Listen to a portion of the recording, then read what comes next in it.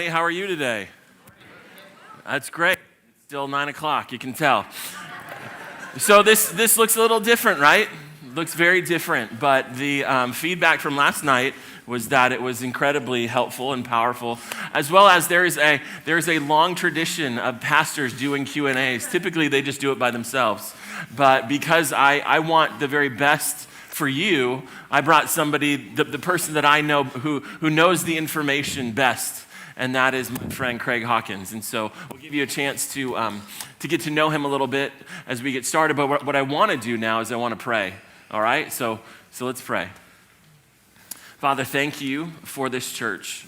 Thank you for the people who are all sitting here right now and those who are watching online and in our gym. It is a privilege to get to do ministry. It really is. There's no reason, Father, that you should have looked at this church and said, I'm going to bless this place. And yet, in your grace, you decided to. And God, I'm grateful that I get to be a part of it, and I'm grateful for the way that you're going to use this time in all of our lives. I pray that you would help us to understand what we're going to talk about today. I pray that your Spirit would be our teacher, our guide into truth, and that we would leave with more discernment as to what's going on in our culture and how we can be agents of truth and love in our culture to the people that we know and love. So help us do that, please, I pray. In Jesus' name, amen. So as we get started today, I want to remind you of a couple things. There were a ton of questions, so this isn't a reminder, this is explanation. There were a ton of questions that came in. So if you watched last night, you already know this, but if you didn't, all four Q&As are different. So what we're going to be talking about at 10:25 and 11:50 today is different than what we're going to talk about now and what we talked about last night. This is because of your interest. This is because of the things that you've been experiencing in your own lives. Also, want to let you know, Friday, our Redeeming Truth podcast was with Daryl and Virgil from the Just Thinking podcast. And so if you haven't had an opportunity to watch that, I would highly recommend that you do. The one coming this week is with Professor Owen Strachan, who is a professor at Midwestern Baptist Theological Seminary. And it is a very helpful, and there were some truth bombs that he dropped in that interview that were truly remarkable. So I really, if you're not watching our Redeeming Truth podcast, you really should. And just so you know, why do we do a podcast? Because back in December, we were having a conversation. Back in December, if you were here, you know that we were doing 4 services in a row. They were 35 minutes. That was the amount of time I had to preach. And every week it was like, there's so much going on in the culture. There's so much going on in the news that we just don't have time to talk about. Is there any other way that we can? That's where the podcast came in back in December. Is saying there's so much going on that we need to speak into to help shepherd the people that God's entrusted to us. And so that's where our podcast comes from. It has you in mind. And so that's Redeeming Truth on our YouTube page primarily. One of you asked about progressive Christianity. So I just want to let you know that this week we're interviewing an author named Alyssa Childers, who is going to be on our podcast. We're recording that this week for some subsequent weeks. She wrote a book called Another Gospel, which is about progressive Christianity. If you're like, what in the world is that? You need to watch our podcast. And so for this series, if you've wondered, well, why do a series like this at all? There are two reasons. The first is to expose a lie that's going on, not just in our culture, but is rapidly seeping into our church. And that lie is the social justice movement. It is to expose the fact that it's another gospel and to make it clear to you that's what this is. And I hope that's been the result. The other reason for doing this is to equip you, and really to equip you to discern the social justice movement wherever you are. So I've talked to multiple people now who said that they've primarily heard this in trainings at their work, or that their kids come home from college or even from high school and they say, this is where they're hearing it, is from their education. And so we want to be able to equip you to discern it, to go, wait a minute, I've heard those words. I've heard those concepts before, and I already know they're not good and I need to be careful. That's the other reason. So to expose and equip, that's the goal. If you look in your program, on the message notes, I've given you a couple dozen resources there. There are books, there are YouTube videos, there are podcasts to say, hey, there are some very helpful resources out there. If you want to go deeper into this, if you want further training, if you hear something and you're like, I want to know more about these specific things, these books, these videos, these podcasts are all very helpful.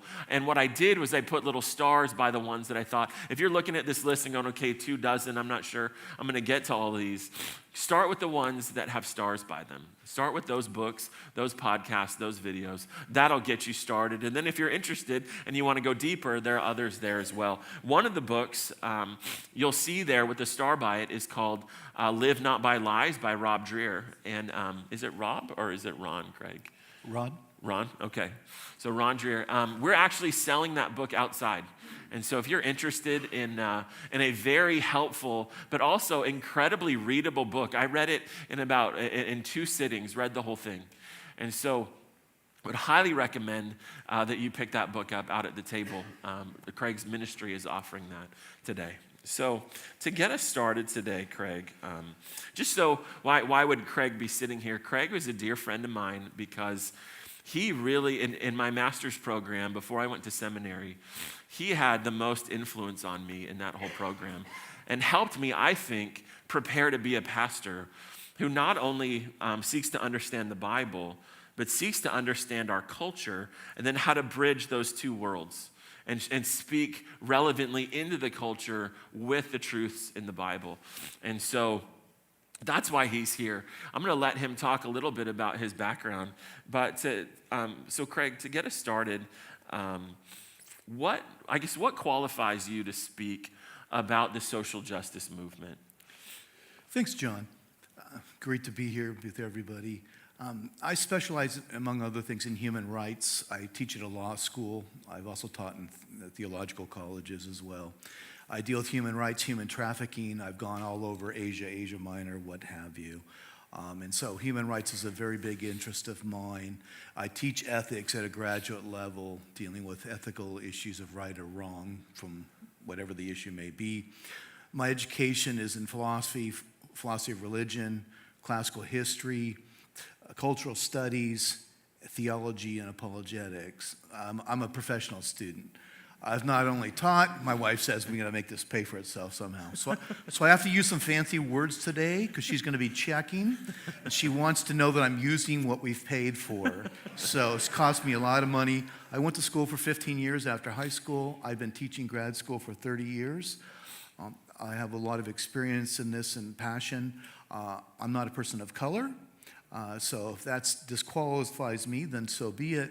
But I would argue that I'm very well aware of these issues. One of my advisors at Claremont Graduate University was a Marxist, had a doctorate in philosophy and theology. He was my main advisor. I started studying this stuff intensely in about 2000 or earlier. So I'm not a Johnny-come-lately. I've been studying and teaching about this for a long time. I teach jurisprudence in the law school, Trinity Law School, by the way. They want me to make sure I mention that. You want a solid theological and legal education from a Christian perspective. That's what Trinity does. But among the courses I teach there, I teach jurisprudence, which is philosophy of law. What is your view? What is justice? What are rights? What's a human right? Where do they come from? Which ones are they? So this is a keen interest of mine for a long time.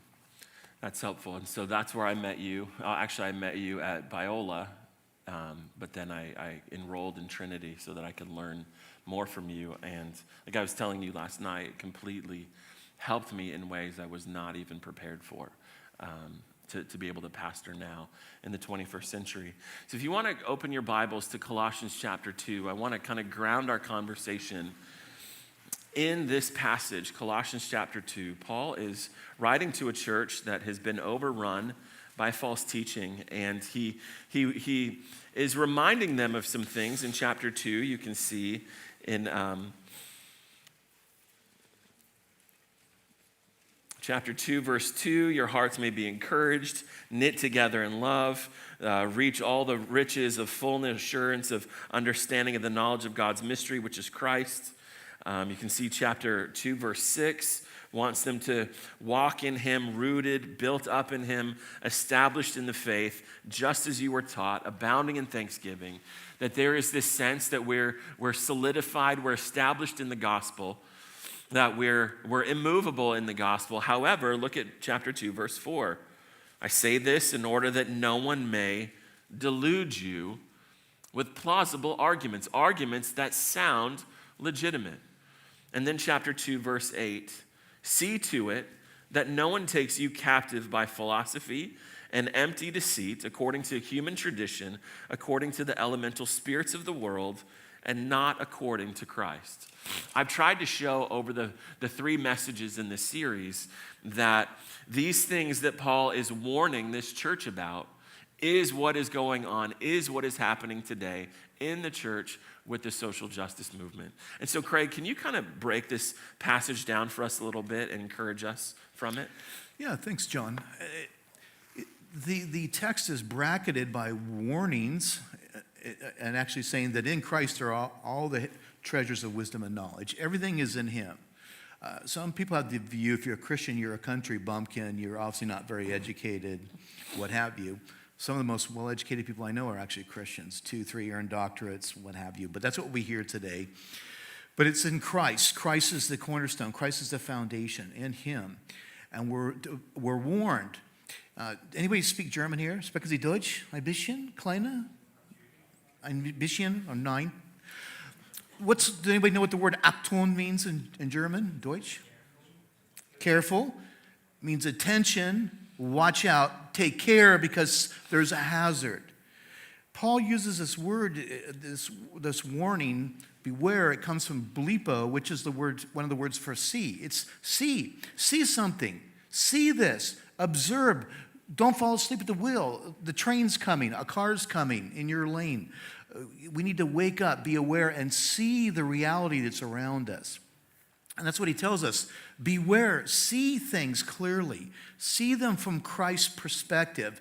Draw upon the wisdom of Christ to see things from his perspective, which in philosophy is called the God's eye view. God, if there is a God, the God of the Bible, he knows all, sees all. You might want to talk to him about advice.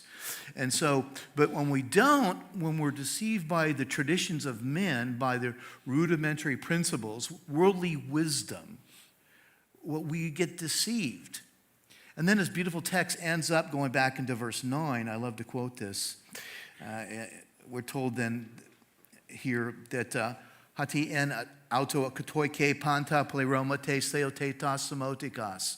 Within Christ dwells the fullness of the Godhead bodily. In human form is all wisdom, is all knowledge, infinite wisdom, infinite knowledge, infinite justice, fairness. If you want to know what justice is, if you want to know what fairness is, if you want wisdom, it's found in Jesus Christ and nowhere else. And so just want to warn you now that this is going to be the most heady of all of the Q&A sessions.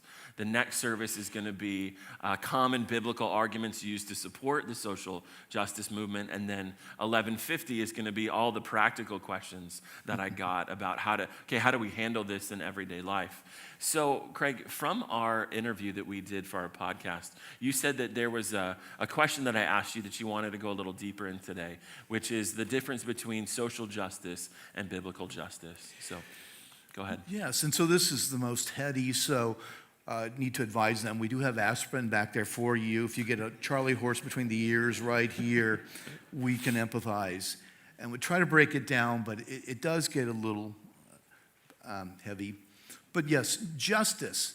God is a God of justice. There's dozens of passages. I've had probably 50 written down right here that deal with justice. God is justice. He loves justice. As the heavens are high and as the oceans are deep, God's justice transcends them. He's a God of justice.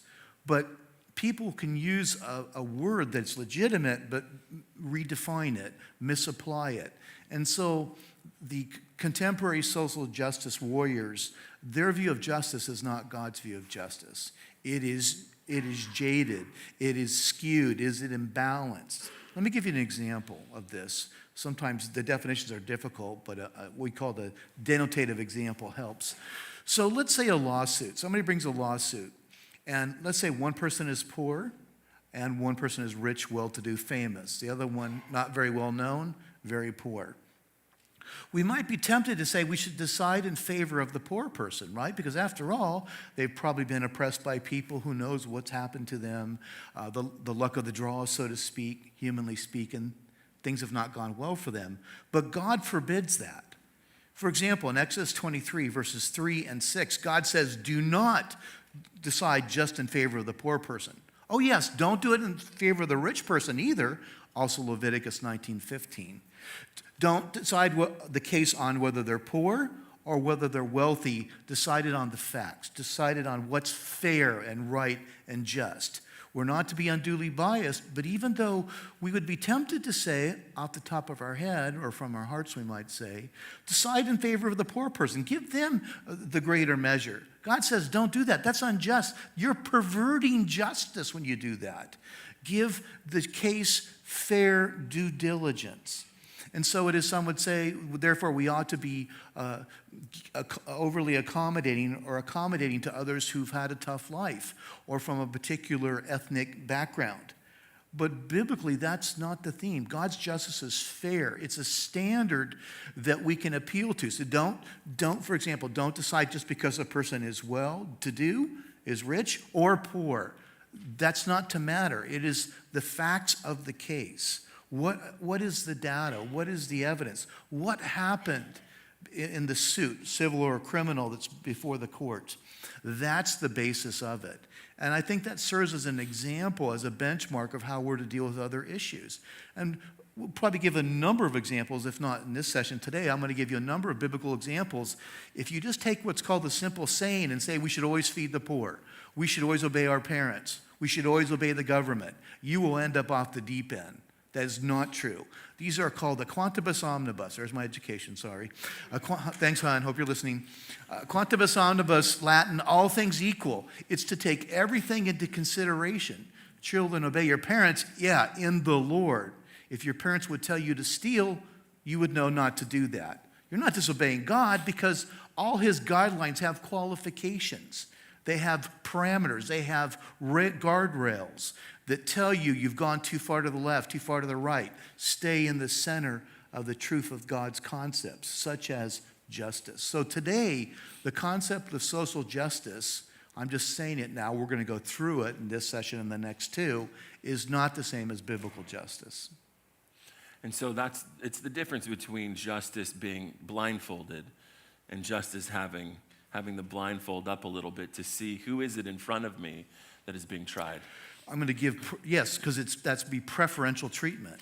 All things equal in a jury today, and judges, they have to recuse themselves if they have an undue bias, if they know things they shouldn't know about the case, or they are favorable to one party or not towards the other. Either way, that judge needs to be recused. That juror will not be accepted to the jury pool if they know that they have a bias one way or the other. But today we're being told that there should be preferential treatment because certain people have, for example, white privilege. I take this on. I'm training law students who like to argue for fun. And I'm the white male, so I just take it on. I don't hide it. I'm the white male. Why am I teaching? Because I'm in the good old boys club. And I go through my background, which most people are like, really? When you tell me I've had white privilege, I'm like, well, I want to know where the line is for this because I'd really like to get in line because I've been in the wrong line. And I will elaborate on that if you want me to now or later. No, it's fine. For now, what's happening today that Christians are seeing, I'm seeing, is that leaders come out very strongly and say things like, I don't support critical race theory. I don't support much of the social justice movement. But then at the same time, they use the concepts of critical race theory, intersectionality, to make some of their points. And so my hope for today is that we'll be able to give everybody here the discernment as they hear words and go, wait a minute, that's you're actually trying, you're saying you don't use that. You say you don't believe in it, but you actually are using it. And so what are some buzzwords about this issue that betray a kind of adherence to these things? Sure, and just another example. So again, the word Jesus. Jesus, oh, well, Jesus, that's good. But is it Jesus of Mormonism, who's the spirit brother of Lucifer, which we talked about last year when I was here? Is it Michael the Archangel, the first and greatest of God's creation? Is it one of many avatars or a bodhisattva, as in Buddhism, and then Hinduism would be an avatar? So you just can't just use the word Jesus and be safe. You have to define, who do you mean by Jesus? So there's a lot of terms, and we hear there's analytic tools. There's tools to be used, as if these tools are neutral, but they're not neutral. They are biased. So there was a major denomination who accepted into their national platform that they were rejecting these things as a worldview, but there were analytical tools. And I'm like, analytical tools? There are no analytical tools. They don't believe in what's called analytic philosophy. They believe that you are intimately involved in the debate. There is no objectivity. There is no standards of fairness. Those are all the master's tools. So that's a term, the master's tools. And the master's tools will never be used to dismantle the master's house. So there is all this verbiage like this, and you have to become aware of and see if someone's talking this stuff to you. So you hear a number of terms like that. And the list goes on. Now, I do recommend, with a caveat, James Lindsay and Peter Boghossian's site, New Discourses. New Discourses. They are not Christians, they are atheists. Some of their interviews, they use a lot of profanity, but with Michael Fallon, he interviewed them. They did 3 interviews, and it was very clean. And these guys, although atheists, I would argue we actually have more in common with them when it comes to solving issues, to appealing to a standard. Is there a standard we can appeal to? If we're playing baseball, and I say to you, well, I'm fine, I get 4 strikes. I'm batting. I get 4 strikes. You get 3, by the way. That's the rules. You like that? Right? What's mine is mine, and what's yours is mine. I like to play that way. I don't know how you do. But you'd go, wait a minute, Hawkins. That doesn't work like that. I mean, you don't get 4 strikes. You'd say, look, here's the rule book. Here's a Major League Baseball, for example. And you can't do that. Or football, or whatever game or sport or thing we're doing. There are guidelines. And so this is what happens. These things get confused. They get blurred, and we have to keep them straight. Say, no, what's our standard? How do we prove something's true or false? If you were charged, God forbid, with a felony, how would you defend yourself? What if I say to you, I feel you're guilty. I know people like you. Your ethnicity, I've met people like you before. You're guilty, and I know it. Could you give me some evidence? Do you have some argumentation or actually objective evidence? No, it's I feel this. The proof is that I feel this. I have learned experience. So there's the phrase, learned experience. And so I know these things. Well, I disagree. I'm not guilty. But that's the problem. Of course you don't think you're guilty because you're one of them. You'd go, what is this? This is nonsense, right? But this is what's happening. There's no standard of fairness. There's no appeal, allegedly. And I want to give you later today, counterexamples of how to do this and actually argue this. I've had students flip. I've had them change. I've had students full on try to take me on in my classes. Just patient. I don't take it personal. I'm too stupid to know when I'm being insulted. My wife says, honey, you got to work on that. I let them throw the stuff at me, and then I just, like Columbo. Those of you who are older, remember Columbo? Thank you. I was talking to the missus. I just got a question. I was thinking about this. Could you help me out here? Right? I had a student one time. He goes, well, I don't believe you can convince people of other things. People just believe what they want to believe, and you can't really change their minds. And I said, I didn't attack him. I didn't do this to him or anything like that. I just said, by the way, does that include you? He goes, what? I go, are you in that group? He had nothing else to say. Real quickly, I had a student, bright guy. He had a bachelor's in philosophy. He didn't know how to have graduate degrees in philosophy, so he didn't quite understand the game we're going to play. And he tells me, I'm a relativist. It's all relative. Relativism means there's no truth for all times, all people, all places, all circumstances. The big 4, ethically or epistemologically. There's no truth for all times. There's always truth for all times, all people, all places, all circumstances. He says it's relative. It's contingent. It's a social construct. I said, really? And I said, hey, by the way, we have the syllabus, which is my contract with you, but with you, you're so special, I've decided to throw that contract away. Why? Because I'm the professor and I can do that. It's called professorial discretion. Thank you very much. Judicial discretion, professorial discretion. I get both of them, by the way, so doubly so. So I said, and I've decided there was a grade and the curve and how it's to be graded, but I said, but forget all that objective stuff. I've decided, because for no reason except that I want to, I'm going to give you the worst grade in the class. Because I want to. Nothing personal.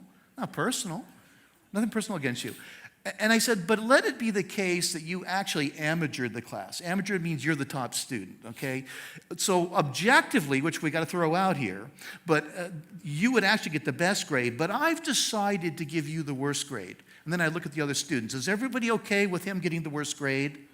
Right? And I do the body language, right? And they're like, great, because then I don't get it, right? It's a curve. Someone gets the worst grade. Now, he gets it. He goes, you can't do that. And I said, oh, I can do that. I can do that. It's my class. You want to see? And I said, look, you've told me truth is relative. There's no objective standard. It's all up for grabs. It depends on how I feel, the time of day, what have you. You know what? I never got another peep out of that student on that argument. He got it. It wasn't just a power play. It wasn't ad vacuum, appeal to club. It was, if it's relative, I can do whatever I want and give you, totally disregarding the objective standards that I've already stated, I can do whatever I want. And he got it. And he actually became a student. He was very antagonistic at first. And he actually became a very likable person. He, has kept in touch with me and whatnot, but totally flipped on this. But I had to make an example of him in class. Now, I didn't attack him. I just took his argument and showed him how absurd it was. Yeah, I did that to a high school kid once, Was that before or after you went to jail for that? No, this was when I was being trained by you, and I'm teaching a group of freshman and sophomore boys at the church I was a member at, and this student was sitting there and said, I don't believe in absolute truth. I don't believe in morality. It's all relative. And I thought, I'm having all these things coming back to my head that you've said, and I said, hey, could you do me a favor? I said, that's really interesting. Could you do me a favor? Can I see your wallet for a second? He's like, okay. And he took it out and he gave it to me, and I put it in my pocket and I kept teaching. And he's like, what?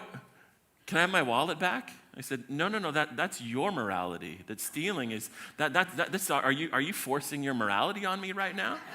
And that's my wallet now, because there are no absolute truths, and you're awfully bigoted for assuming that I need to act according to your values. Intolerant, all of that. And he got it. He's like, did he get his wallet back? Yeah, I did. I gave him his wallet back. High school kid, they've got nothing in those wallets anyway. So quickly, I want to do some rapid fire definitions for us. And so the first one is pragmatic view of truth. You talked about correspondence, and so now let's talk about that. Postmodernism and most of contemporary philosophy rejects what's called the correspondence theories of truth. Truth is basically what's called pragmatic. This isn't what's called methodological pragmatism, which is just a method, for example, to depose a witness and to try to find out what happened.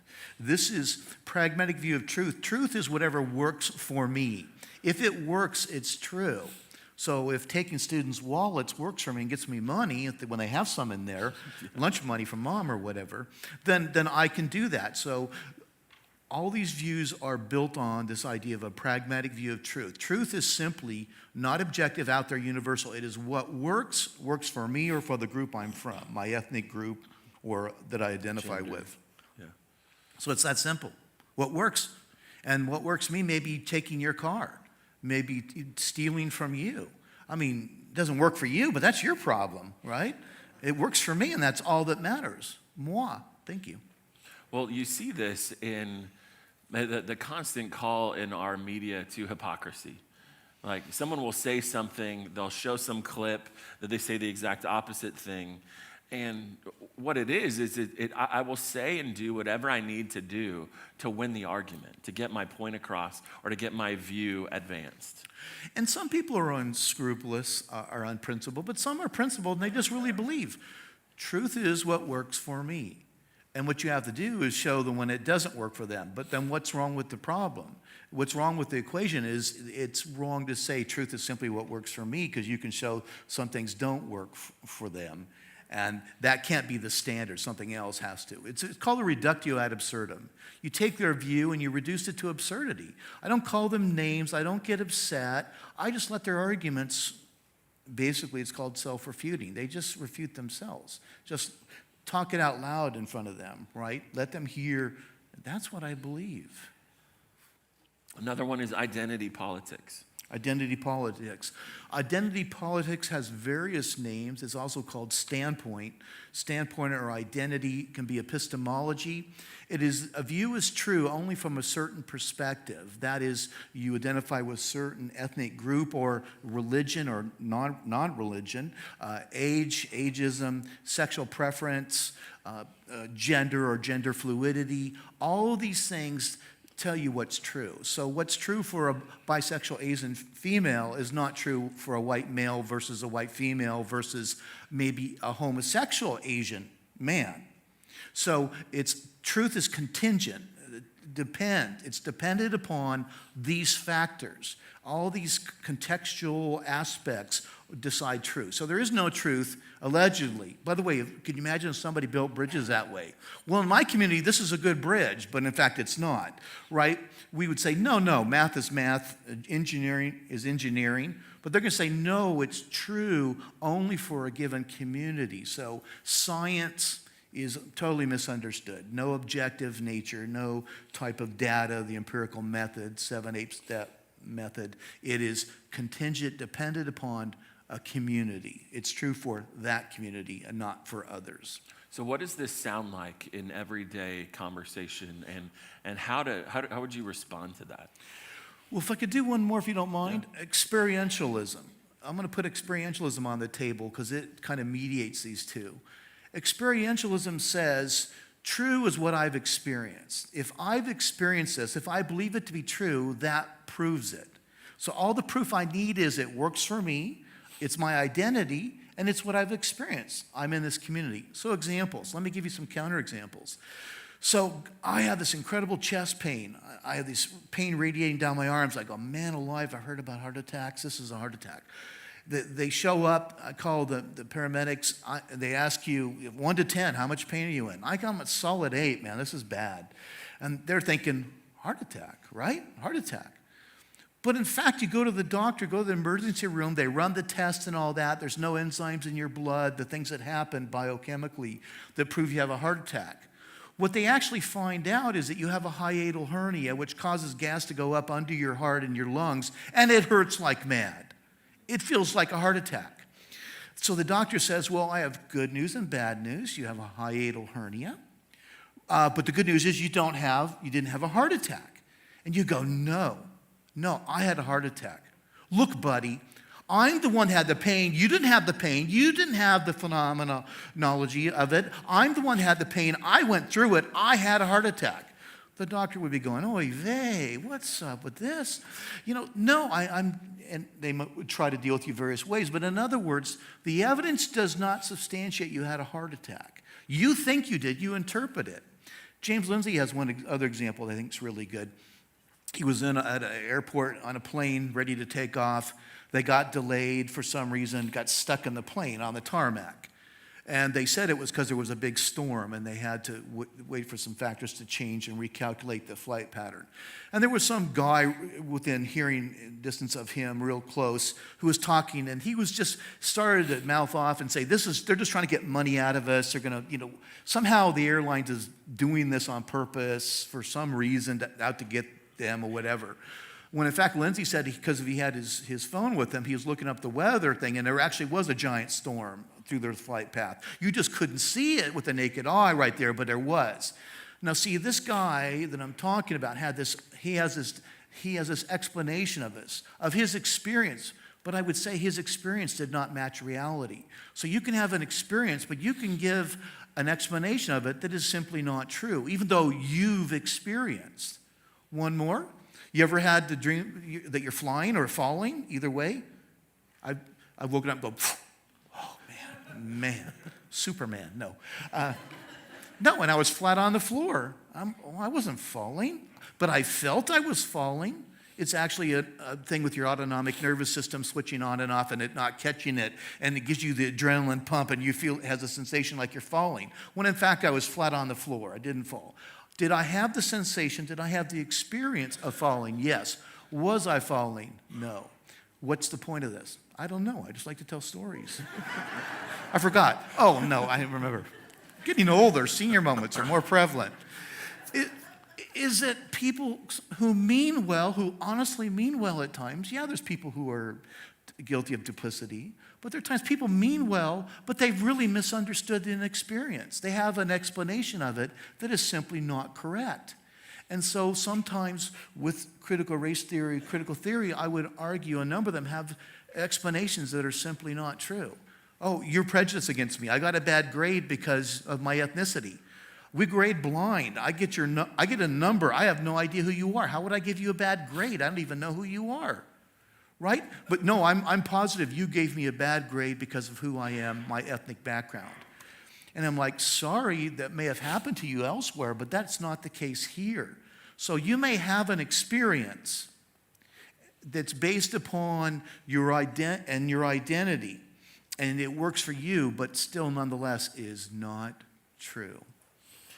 You just said the word critical race theory, and I got scolded online by a guy who emailed me and said that using a bunch of big words that nobody in the room knows and showing off your scholarship, and Mike, he clearly doesn't go here because they're incredibly smart people in this room. So could you give us some definition, critical race theory? You've heard that a bunch in the culture as well in other places. Can you help us with that? Critical race theory, and John has some recommendations, and I have a number of them as well. It is difficult because it's actually a very broad movement. The narrow view, it comes out of critical theory, which is out of neo-Marxism and neo-Freudianism. So Marxism, the materialism, the dialectic, the neo-Marxists out of the Frankfurt School, just history, added a bunch of things: sociology, psychology, anthropology. Marxism in and of itself, economic analysis was not enough to understand a society. And then Freud has been replaced by Jacques Lacan and other thinkers, Erich Fromm, and so on and so forth. So they took those views, and out of that, they said, and the distinction was the oppressed, everyone's either an oppressor or an oppressee. So you're either oppressing people or being oppressed. But it's the bourgeois versus the proletariat. It's class warfare. In critical race theory, it's not so much class warfare, it's race warfare or ethnic warfare. One group versus another one. And so critical race theory, really popularized by a guy named Derek Bell, and then his most famous student, Kimberly Williams Crenshaw, basically says that the oppressed and the oppressee, it's all about ethnicity. In particular, now it can be Hispanic, it can be Asian, but it tends to be people of color. And the idea is, in particular, white people, you all are racist. You are a systemic racist. You don't even know how deep it goes. You are racist to the core of your being. In fact, you will never get over it. All you can do is do the work. Do the work. Gangs have a term, do the work, but that's not this. You do the work to try to overcome it, but you'll never overcome it. So critical race theory is number one. Critical means you're not just trying to explain or understand a given culture. You are criticizing it. You are analyzing it to show the problems with it, the systemic, presuppositional, underlying causes and factors of the views. Why do people do what they do? So it's critical in that sense, and as well, borrowing from Immanuel Kant and then actually Marx as well, it's the view that people, the oppressed, are in bondage. They're in slavery. They're almost literally as enslaved. And it's to become aware. It's to put on the right glasses or take off the wrong glasses and see the reality and the stark nakedness of your oppression. And it's the idea, furthermore, that it's about emancipation, liberation. You need to be emancipated. That is, so if you're the oppressed class, you are enslaved. And for the other of us, like myself, I'm the enslaver. I need to be aware of this and own it and get on the road to recovery, which I will never go through. So critical race theory is now not about class warfare per se. It's about race, or I would say ethnicities, one versus another. And then it's about liberation or freedom for the oppressed. And in this case, whites are the oppressors. And I don't care what you've done, how you've lived, how difficult you have it, you are the oppressor if you're white. And everybody else is the oppressed. Even if they've lived a life of relative luxury, their parents were famous, had millions of dollars, whatever, it doesn't matter. They're the oppressed, we're the oppressors. So in a nutshell, and that would be the most advanced articles like in Stanford's Encyclopedia of Philosophy, internet article, it would say the same thing. So emancipation, liberation for the oppressed, and it is a critical analysis. It is a critique of the underlying cultural dynamics from sociology, psychology, philosophy that is part of the system that oppresses the people who are oppressed. So what's the difference between racism classically defined and racism within critical race theory? Some of it's the same. Typically, classically, racism can actually be defined two ways, and then there's a third way now put in, and that will, I think, make the distinction. One way you are a racist, and there are racists, and there's racists in the church. I mean, let's be honest. There are people who are racist. Of course, the question is, can only whites be racist, and are all whites racist? That's what I ask my students every semester I teach jurisprudence. I have to get a shield up to see how much stuff they throw at me, but... So one of his animus. Animus is a fancy way of saying hatred. You despise a certain group of people.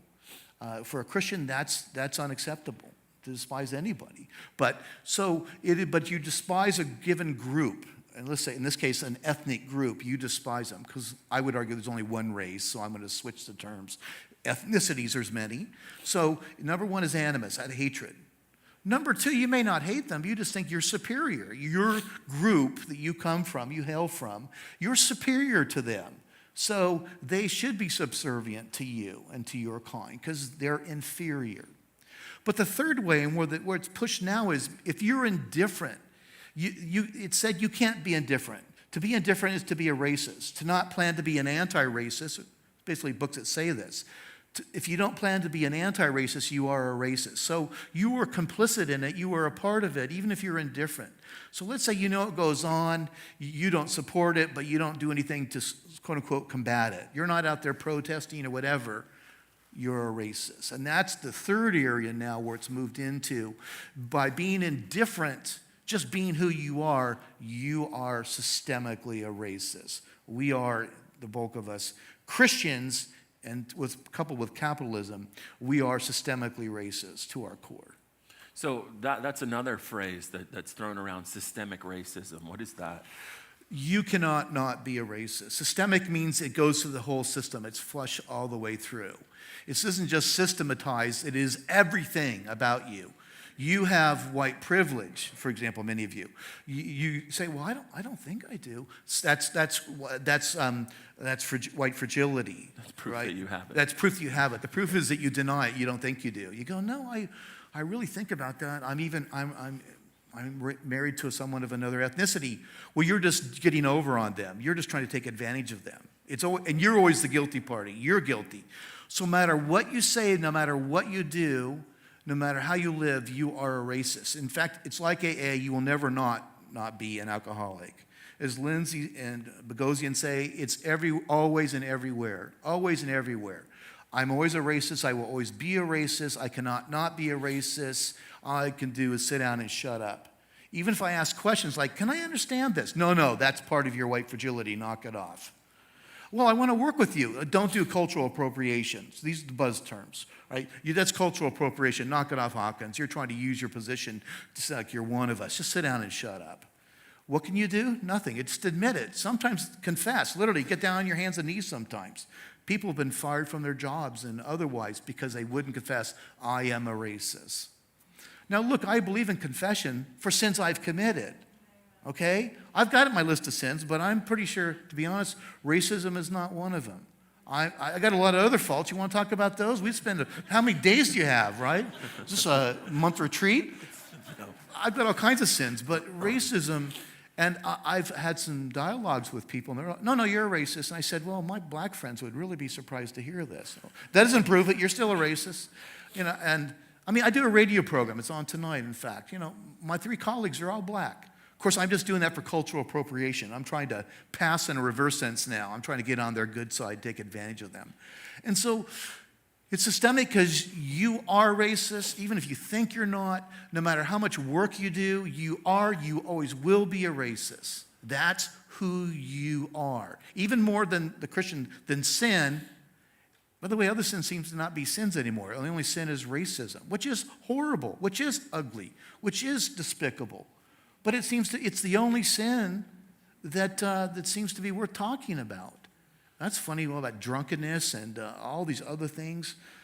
Well, it's racism. That's the problem with humanity. You used another phrase, white privilege. What's that?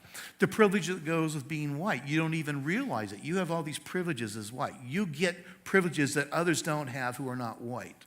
I'll give you a few examples in a moment here. By the way, there's books. One of them is called Weaponized Whiteness. This is how vitriolic some of this stuff is. They're just like, you guys are just certifiable and criminal in this. So an academic work called Weaponized Whiteness. Another one is Weapons of Whiteness. Does that give you a feel for what I'm talking about? So there would be the idea of white privilege. So I'm white.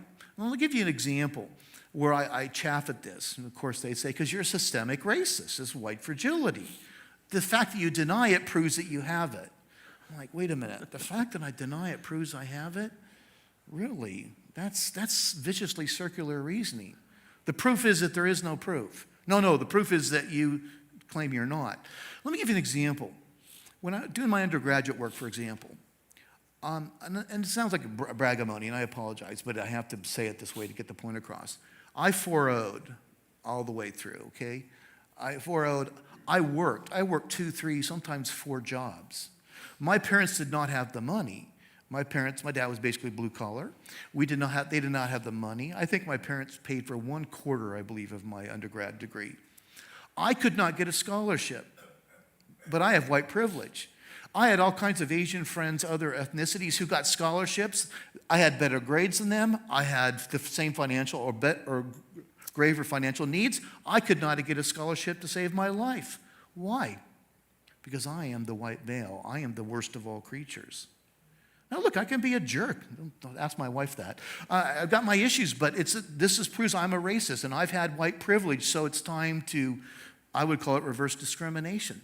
But I ran into this problem, and then he said, well, you have generational wealth. I'm like, generational wealth? My generational wealth from my family is I owe debt from them. Some of my family would be called white trash. Sorry to be mean, but this is, okay? But I have white privilege. And I'm like, again, so this is the privilege? This is a good thing? Where do I get out of this line and into the other line? But nonetheless, I have white privilege, and I do not, they would say, you don't even subconsciously, you're not even aware of the depth of your white privilege. So, and even, by the way, you could literally come from an incredibly impoverished family. You have a whole lineage of, I mean, literally. I've had family who had outhouses, okay? You guys even know what those are, outhouses? I'll explain to you afterwards if you don't. Family had outhouses. 4 or 5 of them combined didn't have a full set of teeth. I'm just trying to be nice. Lord bless them. But they're the oppressors. And then somebody who's had a very affluent life, there are some people who are billionaires, but they're still the oppressed because of white privilege. So why does talking about this matter? Why? Because racism does exist, and we don't want to ignore it. I don't want to go to the extreme and say there's no racism. and there's no racism in the church. Racism does exist. It is wrong. It is despicable anywhere, but especially among Christians. But the reason it has to be addressed because it's another gospel. What is salvation? Salvation is allegedly, I can never stop being a racist, but I can at least do the work and become aware of it. But salvation is not now for salvation in the Lord Jesus Christ. Salvation just meaning deliverance, being delivered from my sins, which could include racism, but drunkenness and everything else you want to throw in, my selfishness, my pride, all that.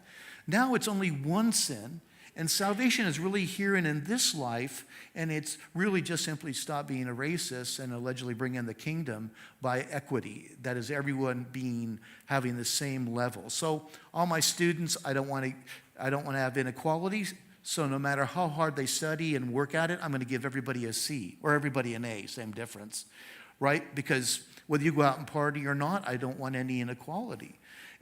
So this is egregious. This is a counterfeit. It's not the gospel. We ought to care and have compassion towards people who have experienced racism. But it's not that they get a pass on everything and the only sinners are us. Last time I checked, it was all humans. For all have sinned and fall short of the glory of God. Everybody. So salvation is not going to be by ending racism, which I don't believe you will end. We should try. Like to end drunkenness, drunk driving. I don't think it's going to happen, but we should do everything we can to see it end. But there's a whole list of other sins. And last time I checked from the Bible, we all need salvation, no matter what our ethnicity. There is no saved group. There's no group plan. It's individually. One must trust in Jesus Christ as their personal Lord and Savior and admit their sins. Yeah, we can confess my ancestors' sins. What about their good actions, by the way? Some of them died in the Civil War. Of course, that's convergent interest, so that's thrown out as well. But so it gets us off the gospel. Yes, there's social implications, feeding the poor, clothing them, helping in areas like that. But that doesn't save anybody. That can help somebody ease their life and suffering in this life. And I want to help people, feeding the poor and giving them clothing and medicine, so on and so forth. But ultimately, that doesn't save anybody. It's a horrible substitute for the salvation that Jesus Christ gives. Amen. Well, if you would like to meet Craig, he's going to go out to his table right now. And the book that he's selling out there is one of the books that I recommended, Live Not by Lies. Highly recommend it. And while you go out there, let me just say that as we wrap up today, two things. One, all of these Q&As are going to be together. I didn't even get to half the questions just for this service, let alone the other ones that are coming. And so just want to let you know, all of those will be packaged online on our website as well as on YouTube. And then the second thing I just want to remind you is that as we go from this series, next week, Costi will be back in 1 Peter, for instance. As we go from this series, let me just conclude our time now, like I concluded the other times, being people of two things. What? Truth and what? Truth and love. Right? So we're going to believe the truth, hold to the truth, hold firmly to the truth, and we're going to be people who listen, who love, who forgive, who don't cut off relationships, but who go the extra mile to make sure that someone who may disagree with us vehemently knows that we still love and care about them. So let's, as we wrap up this series, let's be people of truth and love. All right? All right, join me in prayer. Father, thank you for these things. And thank you for the truth. Thank you for the way that the truth can be so clear as it cuts through the fog of our own misunderstandings, as well as the fog that is created by the rhetoric in our culture.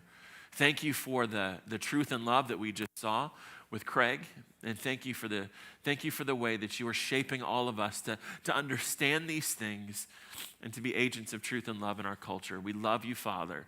Please use us. Please use us, I pray, in our homes, in our work, our school, our families, to be agents of truth and love on these subjects for the glory of your name. Amen. You are dismissed. Thank you.